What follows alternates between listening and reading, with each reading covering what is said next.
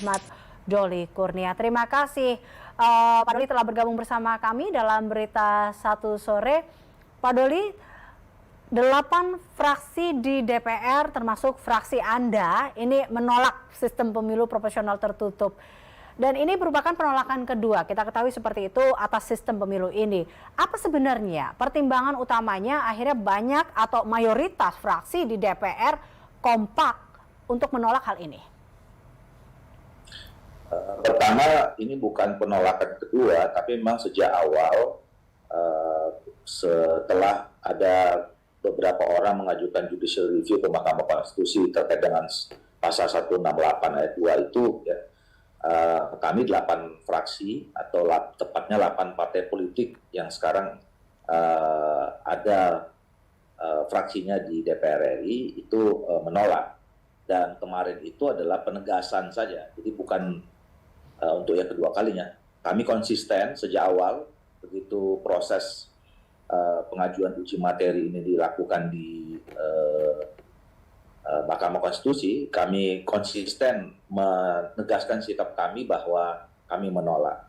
Nah, kenapa? Pertama adalah bahwa pada saat pengajuan uji materi ini dilakukan ya, pada saat tahapan pemilu ini sedang berlangsung. Ya, bahkan sekarang ini sudah lebih 4-5 bulan berproses. Nah, tahapan pemilunya ini juga sudah sampai 11 menjelang 12 bulan ke-12. Jadi kan seperti yang diatur dalam undang-undang kita, tahapan pemilu itu ada 20 bulan. Nah, kita udah jalan nih 11 menjelang 12 bulan. Jadi akan sisa ada 8,5 bulan lagi. Dan semua proses tahapan ini sudah berlangsung dengan sangat jauh.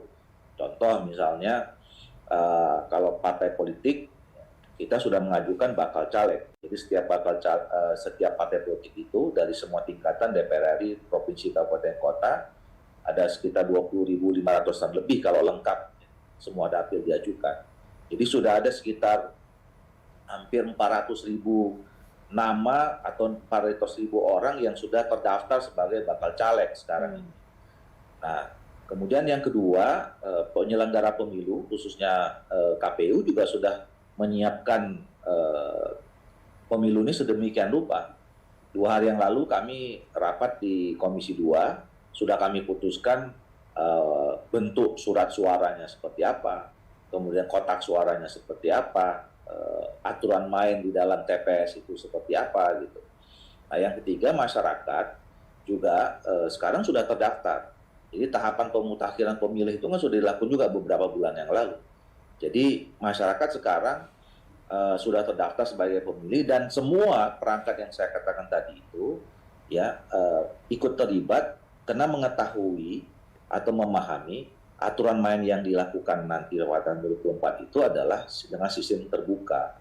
Nah, kita tidak bisa bayangkan kalau tiba-tiba di tengah kita semua sudah menjalankan tahapan ini sudah sejauh seperti ini, ya ada peraturan yang berubah. Nah, ini akan menimbulkan implikasi yang cukup panjang, saya kira gitu ya. Akan menimbulkan implikasi masalah yang sangat kompleks, yang sangat rumit nanti. Apa contohnya? Misal, kalau misalnya, yang harus gini, yang kedua harus dipahami bahwa pengajuan uji materi ini sebetulnya untuk menguji apakah pasal 168 ayat 2 itu konstitusional atau tidak, bertentangan atau tidak dengan Undang-Undang Dasar 1945. Jadi kita bukan sedang menguji apakah mana sistem yang terbaik atau mana yang tidak baik. Nah, kalau misalnya kemudian nanti keputusannya dianggap ternyata bertentangan dengan Undang-Undang Dasar 45, maka 3 pemilu sebelumnya kan berarti inkonstitusional. Gitu. Nah, sementara saya nih sama teman-teman anggota DPR yang sekarang ada ini adalah produk dari pasal 168 ayat 2 itu. Jadi itu salah satu nanti yang menimbulkan kerumitan atau masalah kompleks. Yang kedua adalah bahwa kalau untuk merubah ya, kita merubah atau menyempurnakan sistem pemilu, kita nggak bisa merubah 2 atau 4 pasal saja, karena pasal-pasal yang dalam Undang-Undang Nomor 7 Tahun 2017 itu saling berkaitan. Jadi kalau misalnya tiba-tiba nanti eh, Hakim Konstitusi memutuskan bahwa pasal 108 ayat 2 itu bertentangan dengan Undang-Undang 45, maka ada sekitar belasan atau sampai 20 pasal lagi yang harus dirubah. Oke. Nah, lantas sementara pasal itu nggak diajukan judicial review-nya, siapa yang mau buat nanti? Nah, ini jadi itu contoh-contoh implikasi yang panjang dan rumit, kompleks yang nanti akan timbul ketika kalau tiba-tiba sistem ini berubah. Tapi kerumitan apa sebenarnya yang akan sangat sekali berdampak kepada masyarakat bila memang sistem ini terjadi sebenarnya hingga akhirnya 8 fraksi ini menolak seperti itu? Ya, tambahannya lagi ya, buat masyarakat, kan selama ini masyarakat sudah terbiasa 2-3 pemilu dengan sistem yang sekarang. Nah, kita tinggal waktu 8 bulan. Kalau ini diputuskan misalnya 2 bulan lagi, gitu, atau katakanlah sebulan lagi, maka kita ada waktu 7 bulan. 7 bulan itu untuk merubah mindset masyarakat, ya. Ada cuma 7 bulan kita melakukan sosialisasi. Dulu saja, ya, kita melaksanakan dengan sistem yang sekarang, itu mungkin butuh situasi yang stabil itu setelah 3 kali pemilu seperti sekarang. Orang bisa memahami cara, atau masyarakat bisa memahami cara untuk bisa ikut memilih, ya, dengan tadi gambar yang sekarang ada di TV ini, gitu. Nah, tiba-tiba dirubah. Nah, itu apakah kita harus membutuhkan energi yang cukup banyak itu untuk melakukan perubahan. Sosialisasinya apakah cukup atau tidak. Nah, yang saya khawatir, masyarakat ini nanti bingung. Nah, orang nanti bisa menganggap pemilu ini penuh dengan tidak kepastian, gitu. Tidak adanya kepastian.